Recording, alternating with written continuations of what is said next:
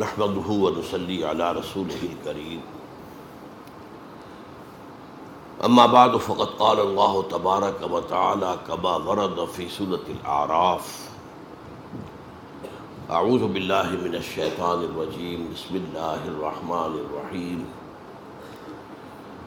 قالوا اوذينا من قبل ان تأتينا ومن بعد ما جئتنا قال عسى ربكم ان يهلك عدوكم ويستخلفكم في الارض فينظر كيف تعملون فقال عز وجل كما ورد في سورة الأنفال يا أيها الذين آمنوا استجيبوا لله وللرسول إذا دعاكم لما يحييكم واعلموا أن الله يحول بين المرء وقلبه وأنه إليه تحشرون واتقوا فتنة لا تصيبن الذين ظلموا منكم خاصة واعلموا أن الله شديد العقاب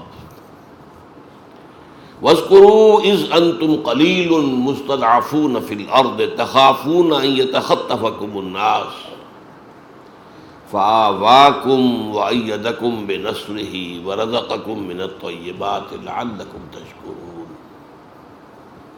يا أيها الذين آمنوا لا تخونوا الله والرسول وتخونوا أماناتكم وأنتم تعلمون واعلموا أنما أموالكم وأولادكم فتنة وأن الله عنده أجر عظيم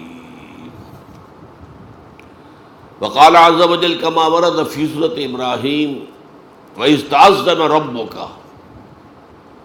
لئن شكرتم لأزيدنكم ولئن كفرتم إن عذابي لشديد وقال عز وجل كما ورد في سورة محمد صلى الله عليه وسلم إن تتولوا يستبدل قوما غيركم ثم لا يكونوا أمثالكم صدق الله العظيم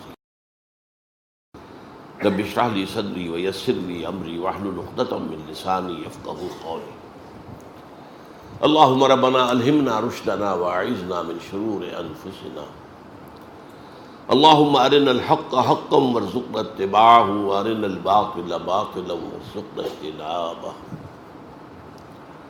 اللهم وفقنا نقيم نظام خلافة على منهاج النبوة في پاکستان اولا وفي كل العالم آخرا آمین یا رب العالمین۔ میں نے آج موضوع چنا ہے قرآن مجید کی تذکیر کے مضامین میں سے پاکستان کا ذکر قرآن میں۔ یہ بات بہت سے لوگوں کو عجیب لگے گی، پاکستان کا ذکر قرآن میں آج سے 1400 برس پہلے۔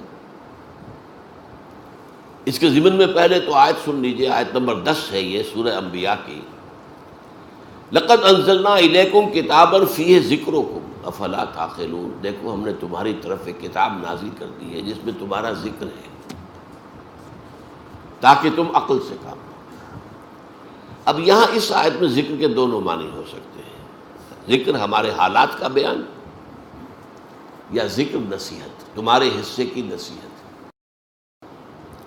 لیکن ایک عظیم حدیث میں آ کر بات جو ہے وہ طے ہو جاتی ہے، طویل حدیث ہے، عظمت قرآن کے موضوع پر حضور کا کہ وہ حدیث بلکہ خطبہ کہنا چاہیے، اہم ترین ہے۔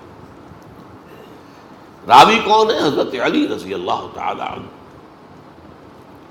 فرماتے ہیں کہ حضور نے فرمایا صلی اللہ علیہ وسلم اتنہا ستکون فتنۃ، ان قریب ایک بہت بڑا فتنہ رونما ہوگا۔ اس پر حضرت علی فرماتے ہیں میں نے عرض کیا مل مخرج منہا یا رسول اللہ، اے اللہ کے رسول اس سے نکلنے کا راستہ کون سا ہوگا؟ بہت غور طلب بات ہے یہ، میں اس کی طرف اشارہ کیے بغیر گزر نہیں سکتا آگے۔ دیکھیے ہم ہوتے تو پوچھتے یہ فتنہ کب آئے گا، کیوں آئے گا، کدھر سے آئے گا، کیسے آئے گا، کیا شکل ہوگی اس کی، یہ سوالات پوچھتے ہیں۔ لیکن یہ تمام چیزیں معلوماتی ہیں، ان کا عملی کو فائدہ نہیں۔ ان ساری باتوں کا جواب مل جائے تبھی معلومات میں اضافہ ہو گیا۔ عمل کیا ہے، اس سے بچاؤ کا راستہ کون سا ہوگا، یہ ہے سوال۔ یہ ہے فرق صحابہ کرام میں اور ہمارے مابین۔ حضرت علی نے پوچھا، یہ نہیں کہا یہ کب آئے گا، کیوں آئے گا، کدھر سے آئے گا، کیسے آئے گا، کیا صورت ہوگی، بل مخرج منہا یا رسول اللہ۔ اس پر آپ کا جواب ہے، بہت طویل حدیث ہے یہ، میں صرف ابتدائی چند جملے اور آخری چند جملے سناؤں گا۔ کتاب اللہ، فتنوں سے بچاؤ کا راستہ اللہ کی کتاب ہے۔ فیہ ذکر ما بعدکم وخبر ما قبلکم وحکم ما بینکم، اس میں تم سے پہلوں کا بھی ذکر ہے، تمہارے بعد کے حالات بھی ہیں، یہ آگے نہیں آگے بعد کے حالات بھی، اور تمہارے مابین جو بھی کوئی اختلافات کبھی ہوں گے ان کا حکم اور ان کا حل موجود ہے۔ پھر طویل حدیث ہے، بڑے پیارے پیارے جملے ہیں۔ لا تنقضی عجائبہ ولا یخلق عن کثرت رد، لیکن میں آخری جملے سنا رہا ہوں صرف۔ من قال بہ صدقہ، جو شخص اس قرآن کی بنیاد میں کوئی بات کہے گا وہ سچ کہا اس نے۔ ومن حکم بہ عدل، اور جو اس قرآن کے ذریعے فیصلہ کرے گا اس نے عدل کیا۔ ومن عمل بہ اجر، اور جس نے اس پر عمل کیا اس کو اجر مل کر رہے گا۔ اور آخری ٹکڑا اہم ترین ہے، میرے لیے بہت بڑی بشارت ہے، بہت بڑی بشارت ہے، اور بھی جو میرے ساتھی اس تعلیم و تعلم قرآن میں لگ گئے ہیں ان کے لیے بڑی بشارت ہے۔ ومن دعا الیہ فقد ہدی الی صراط مستقیم، جو اس قرآن کی طرف بلائے گا لوگوں کو اس کی ہدایت ہو گئی سیدھے راستے کی طرف، یعنی کسی اور کی ہدایت ہو نہ ہو، کسی کو فائدہ ہو نہ ہو۔ ابو جہل کو فائدہ نہیں ہوا، ابو لہب کو فائدہ نہیں ہوا، اس سے کوئی حرف حضور پر تو نہیں آتا صلی اللہ علیہ وسلم۔ من دعا الیہ فقد ہو دیا، اب عربی زبان سے ذرا بھی واقفیت ہو چکی، اس کی ہدایت ہو چکی صراط مستقیم کی طرف۔ اللہم ربنا اجعلنا منہم۔ اب دیکھیے سورہ اعراف کی آیت نمبر 129 ہے۔ بنی اسرائیل آپ کو معلوم ہے سخت عذاب میں تھے، فرعونی انہیں جو عذاب دے رہے تھے، اور پھر خاص طور پر جو ایک خواب دیکھا تھا فرعون نے، اس کے بنا پر اسے مشورہ دیا گیا تھا کہ بنی اسرائیل میں جو بیٹا پیدا ہو اسے قتل کر دیا جائے، قتل عام۔ وہ جو اکبر الہ نے کہا تھا یوں قتل سے بچوں کی وہ بدنام نہ ہوتا، افسوس کہ فرعون کو کالج کی نہ سوجی، کالج بنا دیتا تو قتل ہو گئے ہوتے۔ یہ بھی تو قتل گاہیں ہیں، وہ قتل عام ہو رہا تھا۔ تو بنی اسرائیل نے کہا اے موسیٰ، ہم پر تو آپ کے آنے سے پہلے بھی مصائب تھے اور آپ کے آنے کے بعد بھی، ہماری تقدیر میں تو کوئی فرق واقع نہیں ہوا۔ اس کے جواب میں موسیٰ کا قول نقل ہوا ہے، قال عسى ربكم ان يهلك عدوكم، موسیٰ نے فرمایا علیہ الصلوۃ والسلام، قریب ہے کہ تمہارا رب تمہارے دشمن کو ہلاک کر دے، جیسے کہ کر دیا فرعون اور اس کا لاؤ لشکر غرق کر دیے۔ وَيَسْتَخْلِفَكُمْ فِي الْأَرْضِ، اور تمہیں خلافت دے زمین کی۔ آئی نا بعد میں خلافت ابو داؤد، حضرت داؤد کی، سلیمان کی، طالوت کی، ساری خلافتیں کس کی؟ فَيَنْظُرَ كَيْفَ تَعْمَلُونَ، پھر وہ دیکھے گا تم کیا کرتے ہو۔ یہ فَيَنْظُرَ كَيْفَ تَعْمَلُونَ بہت اہم ہے۔ ہمیں بھی اللہ نے ہندو کے غلبے سے بچایا، ہمیں ایک آزاد ملک دیا، پھر دیکھیں گے تم کرتے کیا، تم اپنے وعدوں میں سچے نکلتے ہو یا جھوٹے، فریبی اور مکار نکلتے ہو یا وعدہ پورا کرنے والے نکلتے ہو۔ یہ گویا کہ ایک امتحان اللہ کی طرف سے۔ ہم 60 برس سے زیادہ ہو گئے، 62 برس اس امتحان میں مبتلا ہیں۔ اور ہر روز جو طلوع ہو رہا ہے ہماری ناکامی اس امتحان میں زیادہ سے زیادہ نمایاں ہو رہی ہے. We have failed utterly. یا ایھا الذین آمنوا استجیبوا للہ وللرسول لما دعاکم لما یحییکم اذا دعاکم لما یحییکم. اہل ایمان لبیک کہو اللہ اور اس کے رسول کی پکار پر جبکہ وہ تمہیں پکارے اس چیز کی طرف جس سے وہ تمہیں زندہ کر دے گا. اب دیکھیے یہ مسئلہ آ گیا جو میں نے موضوع رکھا تھا آج کے لیے, یہاں اس کا ایک اس کی مثال آ گئی لما یحییکم. تو کیا پہلے مردہ تھے وہ اہل ایمان؟ کیا کفار مکے کے مردہ تھے؟ زندہ تو تھے, چلتے پھرتے تھے, روحیں مر گئی تھی. ان کا یہ جسمانی وجود قبر بن گیا تھا جس میں روح جو ہے دفن ہے.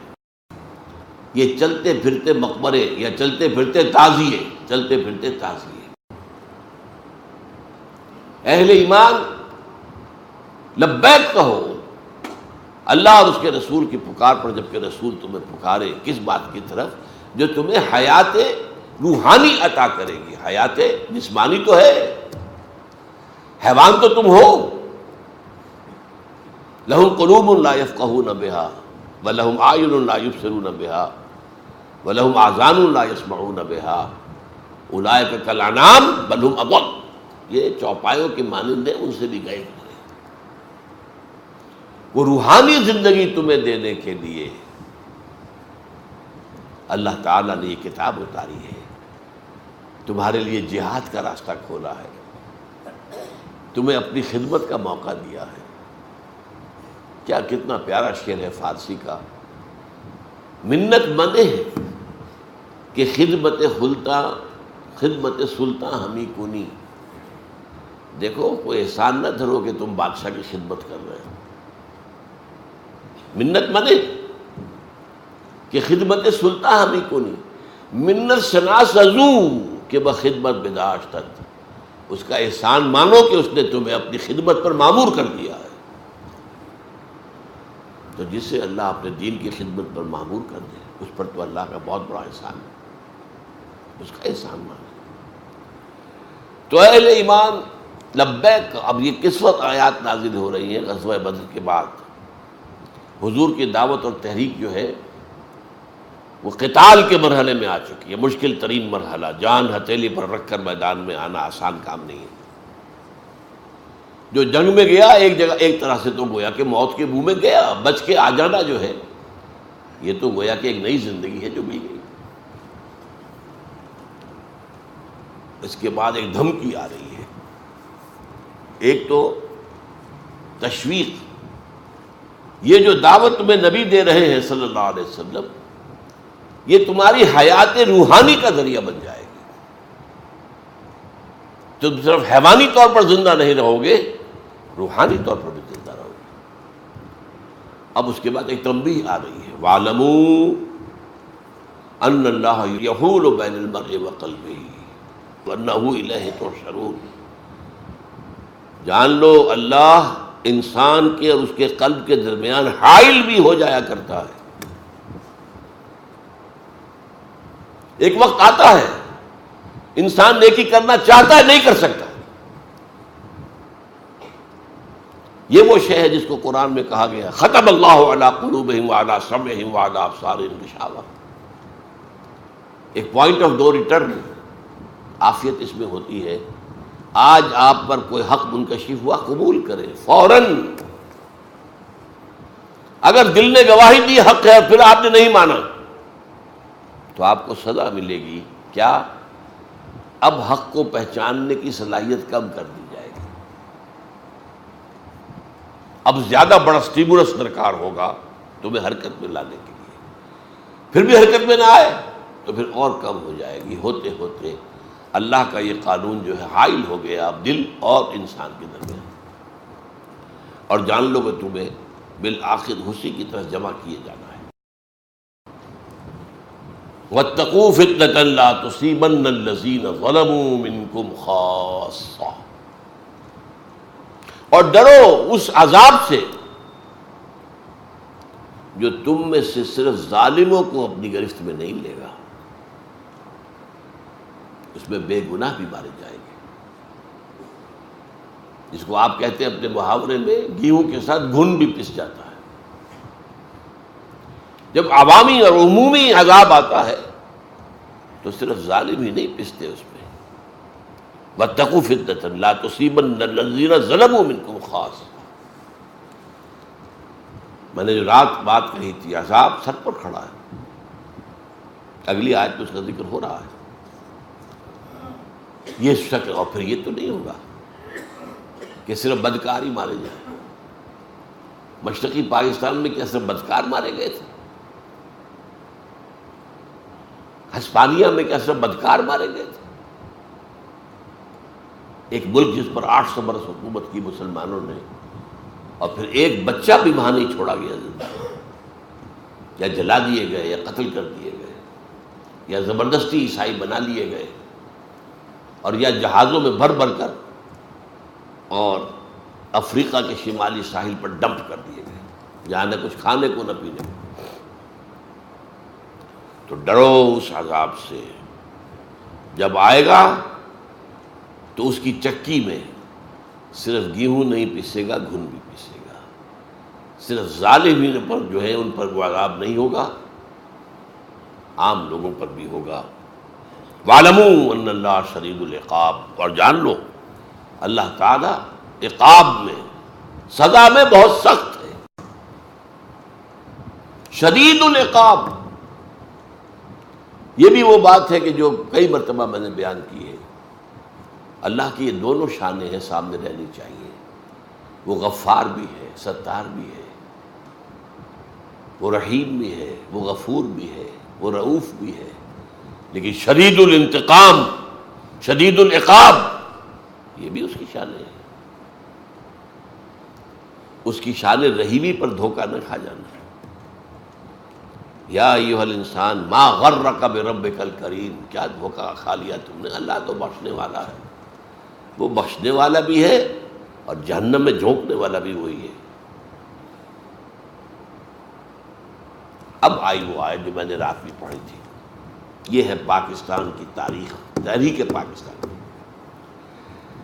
وَاذْكُرُوا إِذْ أَنْتُمْ قَلِيلٌ، یاد کرو ذرا جب تم ہندوستان میں، اب یہ میں ایڈ کر رہا ہوں، اقلیت کو تھی۔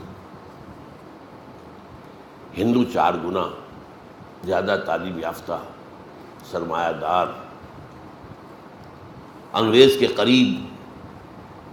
انگریز نے حکومت چھینی تھی مسلمان سے، مسلمان کو وہ سمجھتا تھا اس میں بغاوت کے جراثیم ہے۔ ہندو کے لیے کیا تھا؟ چینج آف ماسٹرز، پہلے مسلمانوں کے غلام تھے، اب انگریزوں کے ہو گئے، ان کے لیے تو کوئی بڑی بات تھی نہیں۔ اس وقت جو خوف طاری تھا، وَاذْكُرُوا إِذْ أَنْتُمْ قَلِيلٌ مُسْتَضْعَفُونَ فِي الْأَرْضِ، زمین میں تمہیں دبا لیا گیا، ہندو غالب تھا۔ جو پروونسز جو تھے جہاں مسلمان اقلیت میں تھے، وہاں کوئی ہندو غالب تھا، میجورٹی میں بھی تھا۔ میجورٹی کے صوبے جو ہے مسلمانوں کے، وہاں کے زمینداروں کی زمینیں ہندوؤں کے پاس رہن تھی، اور اگر کوٹا سسٹم نہ ہوتا تو یہاں تو مسلمان کو تعلیم یافتہ ہوتا ہی نہ۔ میڈیکل کالج میں کوئی مسلمان داخل ہو سکتا تھا، انجینئرنگ کالج میں کوئی مسلمان داخل ہو سکتا تھا، وہ تو کوٹا بنا دیا گیا ہے، اتنے % سیٹیں ملیں گی چاہے نمبر کم ہو۔ وَاذْكُرُوا إِذْ أَنْتُمْ قَلِيلٌ مُسْتَضْعَفُونَ فِي الْأَرْضِ تَخَافُونَ أَن يَتَخَطَّفَكُمُ النَّاسُ، اب یہ تھا مستقبل کا خوف، تمہیں اندیشہ تھا کہ تمہیں لوگ اچک کر لے جائیں گے، ہندو چھا جائے گا، ہندو ایکسپلائٹ کرے گا، ہندو تمہارا مذہب تبدیل کرے گا، ہندو تمہاری زبان ختم کر دے گا، ہندو تمہارا کلچر ختم کر دے گا۔ اس کے عزائم نہایت خوفناک تھے، نہایت خوفناک تھے، نہایت خوفناک تھے۔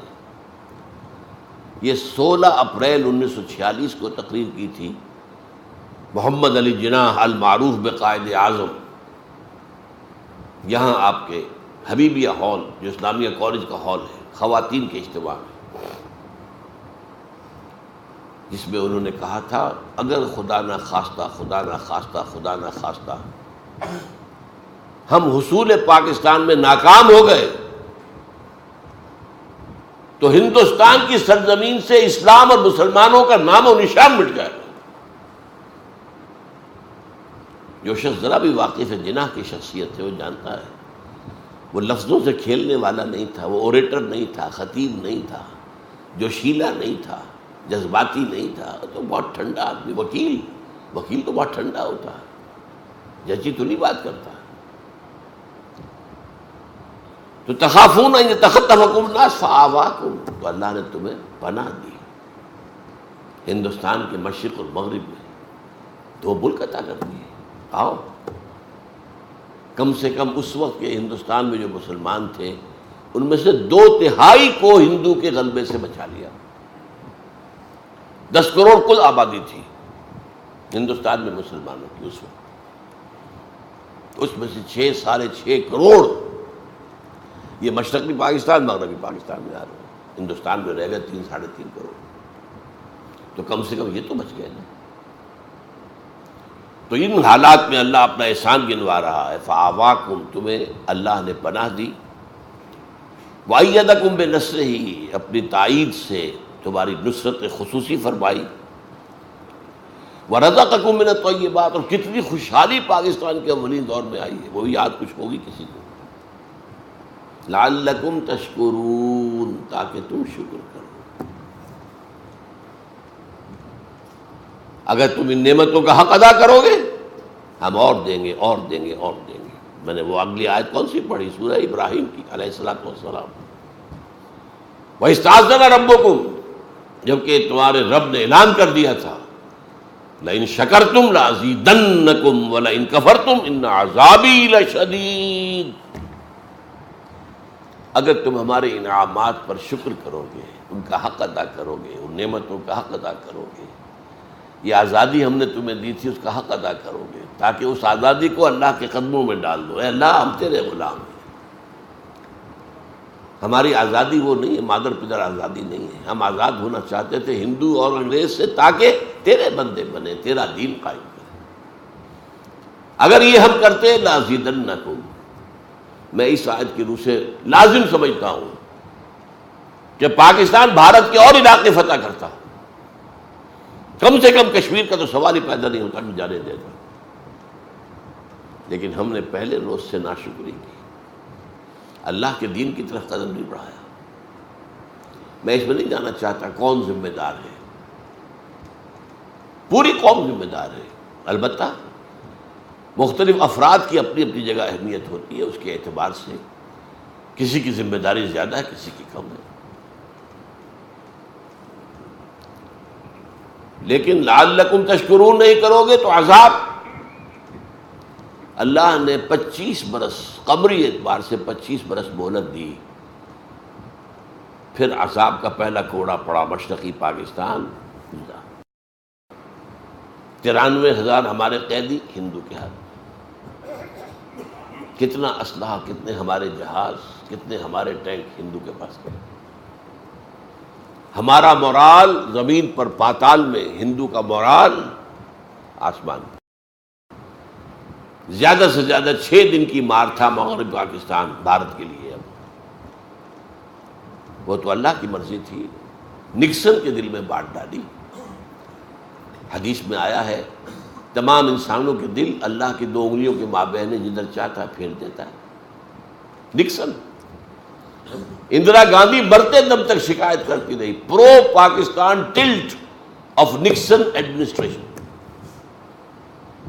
اس نے کوسیجن سے بات کی ہاٹ لائن پر، بند کرواؤ جنگ، اور کوسیجن نے حکم دیا اندرا گاندھی کو یونیلیٹرل سیز فائر، یک طرفہ جنگ بندی بھارت نے اعلان کیا، ورنہ ہمارا سیالکوٹ سیکٹر ٹوٹ چکا تھا، بڑھ رہا تھا بھارت، راجستھان سیکٹر ٹوٹ چکا تھا، بھارت تیزی سے بڑھ رہا تھا، لے دے کے جنرل ٹکا خان موجود تھے صرف، اور یہ سلیمان کی میں ٹاسک فورس لے کر بیٹھے ہوئے تھے، صرف ایئر فورس ہماری پیرالائز کر دی تھی بھارت نے، جبکہ 1965 کی جنگ ہم نے ایئر فورس کی وجہ سے جیتی تھی، لیکن 71 میں آ کر روس نے ان سے ایسے ہیلی کاپٹر دے دیے تھے جن کے اندر کہ وہ ایواکس لگے ہوئے تھے، ذرا سا بھی ہمارا جہاز حرکت کرتا تھا انہیں پتہ چل جاتا تھا. اور ہماری بیچاری کیا، ہماری نیوی ہے ہی کیا، بھارت کے مقابلے تو کوئی حیثیت ہے ہی نہیں اس کی. ہماری بیچاری نیوی اس کو آ کر وہ کیماڑی میں مار کر گئے ہیں، یہ بھی یاد ہے کہ نہیں. بہرحال یہ پہلا کوڑا تھا کہ دوسرا اور بڑا کوڑا تنا ہوا ہے. یہ دوسری بات ہے، معجزہ ہو جائے، اللہ اس قوم کے دلوں کو بدل دے، جس میں توبہ، حقیقی توبہ پیدا ہو جائے، اللہ کی طرف رجوع پیدا ہو جائے، خشوع اور خضوع ہو جائے، ایک عوامی سطح پر عزم مصمم پیدا ہو جائے. اسلام کے لیے جینا ہے، اسلام کے لیے مرنا ہے، اور تن من دھن اسلام پر نچھاور کر دینا ہے. کوئی عجب نہیں، قوم یونس پر بھی عذاب کے آثار آ چکے تھے، اس کے بعد توبہ کی قوم نے تو اللہ نے عذاب واپس لے لیا. یہ ایک ہی مرتبہ ہوا، تاریخ میں ہوا ہے. اس کا بھی ایک خاص سبب تھا، وہ میں بیان نہیں کر سکتا اس وقت. آگے چلیے، کس قدر پیارے الفاظ ہیں یہ. یا ایھا الذین آمنوا لا تخونوا اللہ والرسول. دیکھو اے مسلمانوں، اللہ اور اس کے رسول سے خیانت مت کرو. یہ امانت ہے اللہ اور اس کے رسول کی تمہارے پاس. تم نے دعائیں مانگ مانگ کر یہ ملک لیا تھا، اب اس کے اندر اپنی منمانی چلاؤ گے بجائے اللہ کے حکم کے، اپنی قانون سازی کرو گے بجائے شریعت کی تنفیذ کے. اس سے بڑی خیانت کیا ہوگی؟ یا ایھا الذین آمنوا لا تخونوا اللہ والرسول وتخونوا اماناتکم. آپس میں بھی ایک دوسرے کی امانتوں میں خیانت نہ کرو.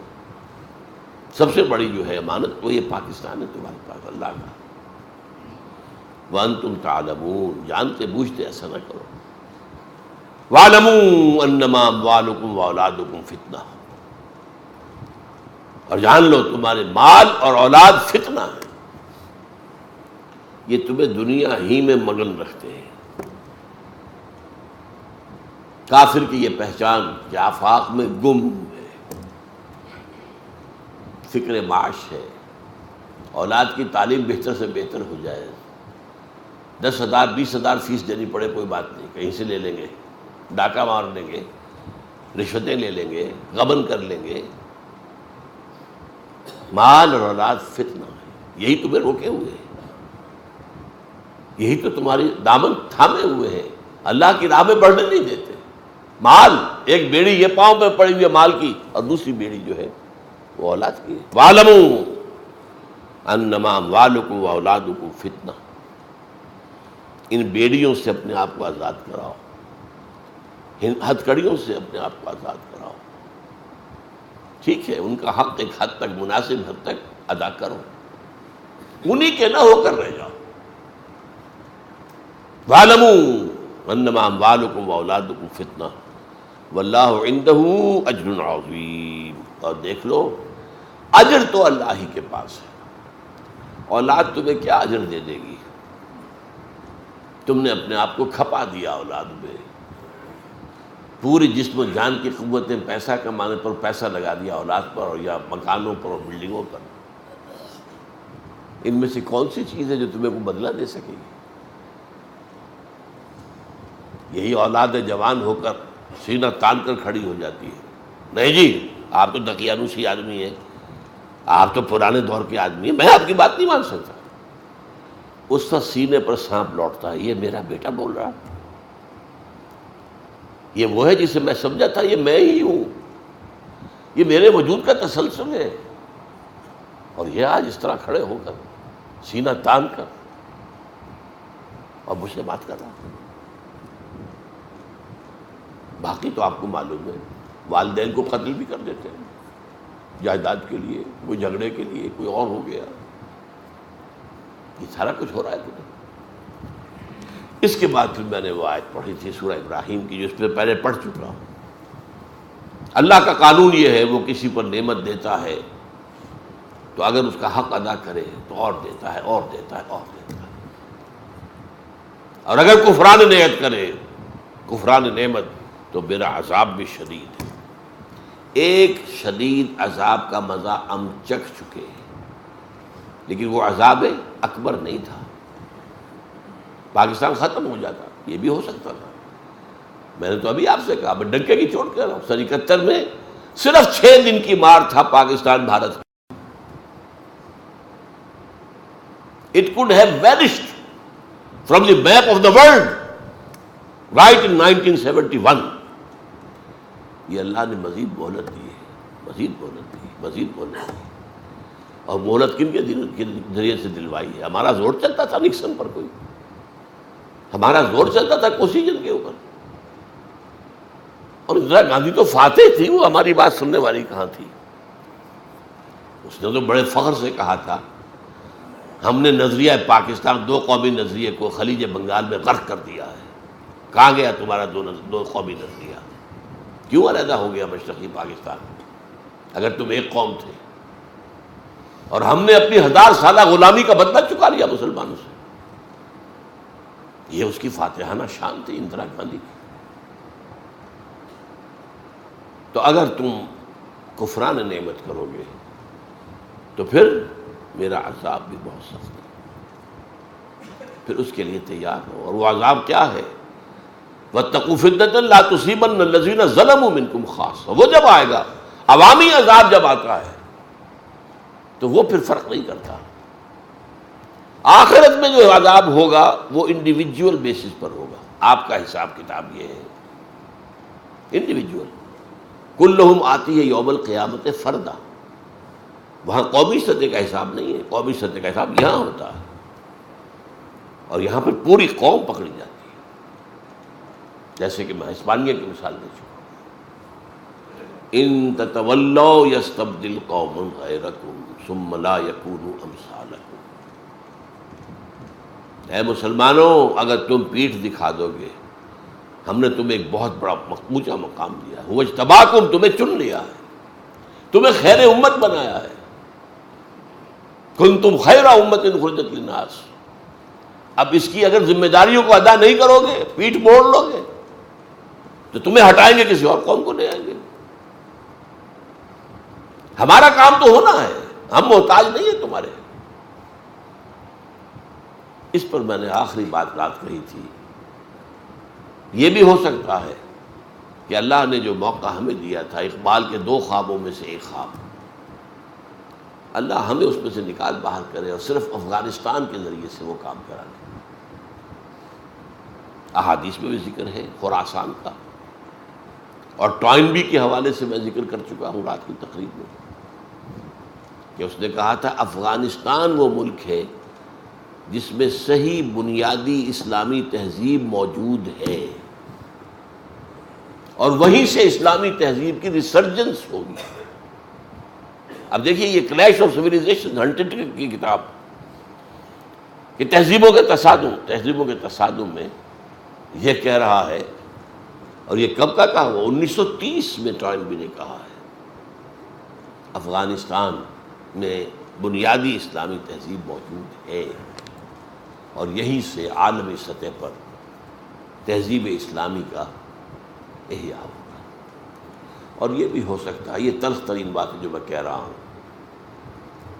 ہمارے لاکھوں قتل ہوں، پاکستان کا نام و نشان مٹ جائے، بھارت ہم پر قابض ہو جائے، اور پھر بھارت مسلمان ہو جائے، ہو سکتا ہے۔ یہ ہوا ہے ایک مرتبہ، کوئی مانے گا؟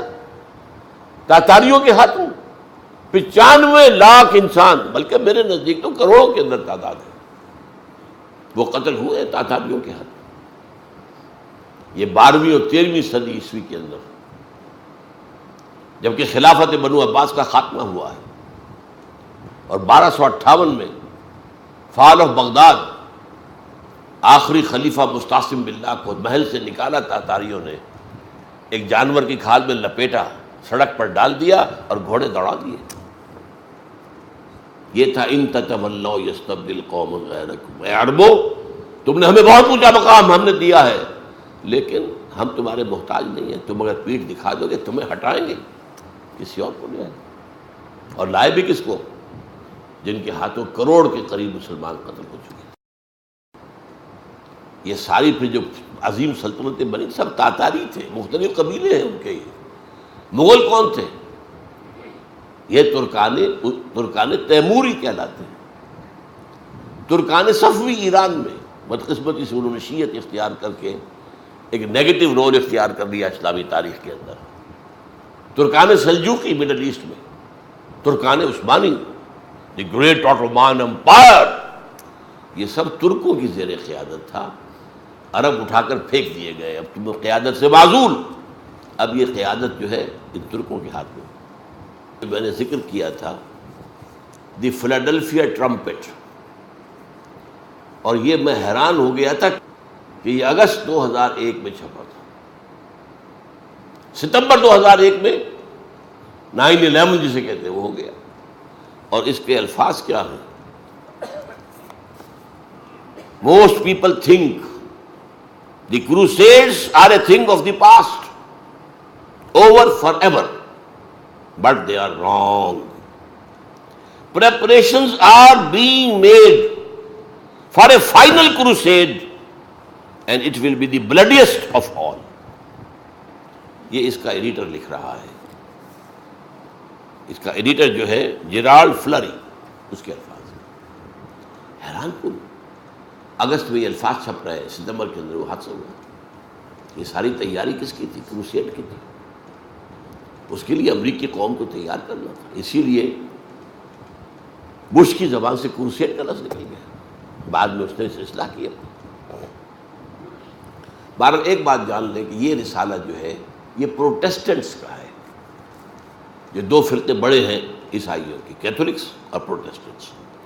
یہ پروٹیسٹنٹس جو ہے پاپائیت کے بہت خلاف، کیتھولزم کے خلاف، پوپ کو یہ شیطان کہتے ہیں۔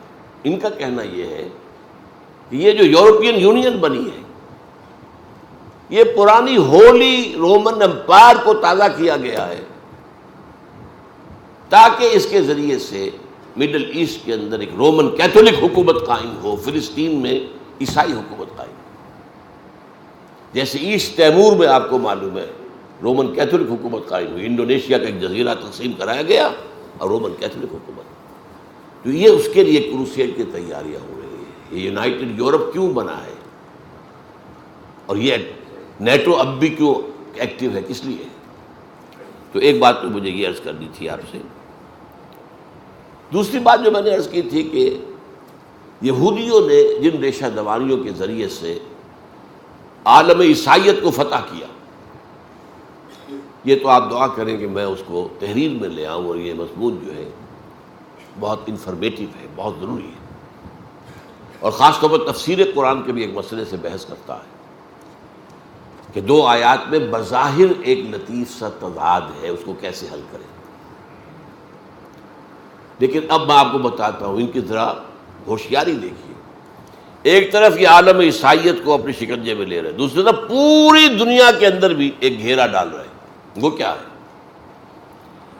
1776 میں انہوں نے بنایا آرڈر آف ایلومیناٹی۔ ایلومیناٹی روشن خیال لوگوں کی ایک انجمن، اور کیا کرتے تھے؟ پوری دنیا سے ذہین ترین لوگوں کو اسکالرشپ دے کر امریکہ بلاتے تھے۔ یہ روڈز اسکالرشپ مل رہا ہے، اور جو آدمی خوشی سے، جو آپ اپنے آپے میں نہیں سما رہا، مجھے وظیفہ مل گیا، وظیفہ مل گیا، وظیفہ مل گیا، امریکہ جاؤں گا، امریکہ جاؤں گا، تعلیم حاصل کروں گا۔ پوری دنیا سے مختلف فاؤنڈیشنز، ذہین ترین، ظاہر بات ہے کہ اس میں پھر چناؤ کرتے تھے، ذہین ترین لوگوں کو لے لینا، انہیں وہاں رکھ کر برین واشنگ کریں۔ نمبر 2، ان کے سکینڈلز کھڑے کریں، سیکس سکینڈلز، ان کی فائلیں اپنے پاس تیار رکھیں۔ وہ لوگ جب واپس جائیں اپنے ملکوں میں تو اہم پوزیشن میں جائیں گے، پھر ہمارے اعلی کار ہوں گے، اور ہماری بات ماننے سے انکار کریں گے تو ہم بتا دیں گے دیکھو تمہارا یہ سیکس اسکینڈل ہمارے پاس ہے، ہم تمہارے ملک میں اس کو عام کر دیں گے، تمہاری چودراہٹ، تمہاری قیادت سب ختم ہو جائے گی۔ یہ کہلاتا ہے آرڈر آف ایلومیناٹی 1776، اور اس کے تحت دوسری آرگنائزیشن انہوں نے بنائی فری میسن، اس کے تحت بھی ذہین لوگوں کو، ایلیٹ طبقہ جو ہے تمام ممالک میں، انہیں فری میسن کے اندر لا کر، اور وہ یہودیت کے اعلی کار بنے۔ مصطفیٰ کمال سب سے بڑا فری میسن تھا جس نے خلافت کا خاتمہ کیا، چاک کر دی ترک ناداں نے خلافت کی قبا، سادگی اپنوں کی دیکھ اوروں کی عیاری بھی دیکھ، یہ یہودیوں نے خلافت ختم کروائی۔ کیوں؟ سلطان عبد الحمید خان سے انہوں نے کہا تھا آپ ہمیں فلسطین میں آباد ہونے کا حق دے دیں، آپ کے سارے قرضے ہم معاف کر دیں گے، ساری چیزیں یہ ہو جائیں گی۔ اس نے انکار کر دیا، میں رات بتا چکا ہوں۔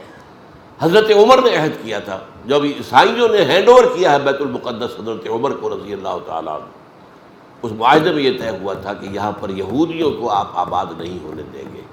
یہ تو حضرت عمر نے رعایت کی تھی کہ یہودی یہاں آ سکتے ہیں، آئیں اپنے مقامات مقدسہ کی زیارت کریں، ویلنگ وال پر آئیں، عبادت کریں، روئیں دھوئیں اور پھر جائیں واپس۔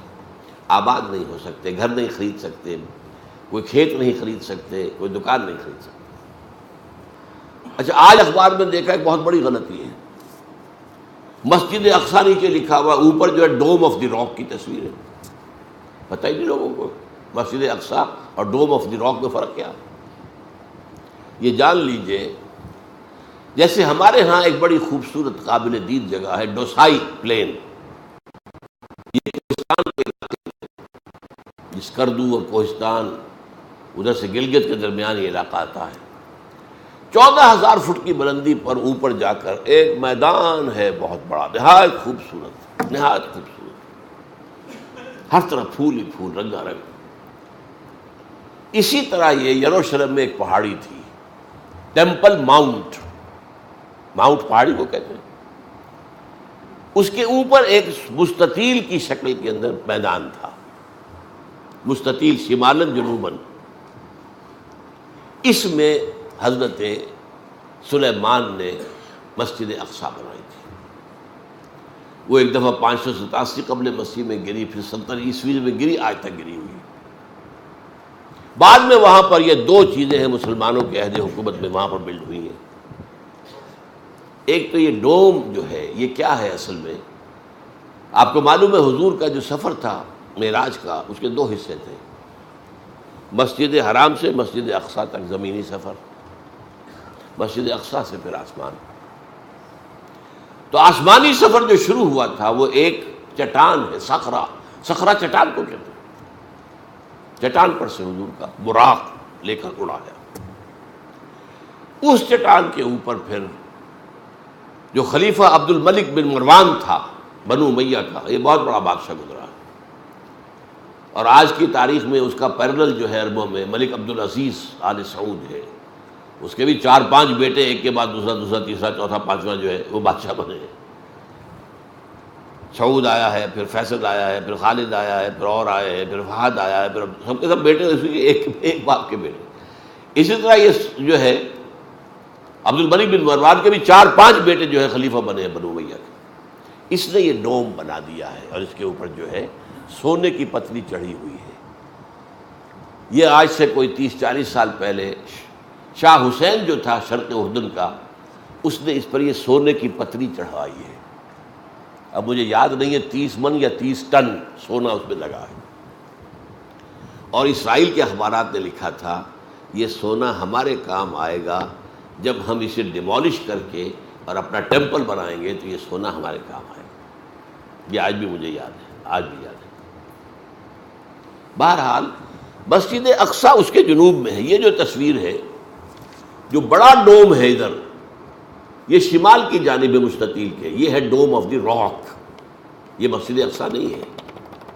البتہ جنوب کی جانب چھوٹا ایک نظر آ رہا ہے ڈوم، یہ ہے مسجد اقصیٰ۔ تو ان دونوں میں جو ہے وہ بھی فرق جو ہے کرنا چاہیے۔ اقول قولی ھذا واستغفر اللہ لی ولکم ولسائر المسلمین والمسلمات۔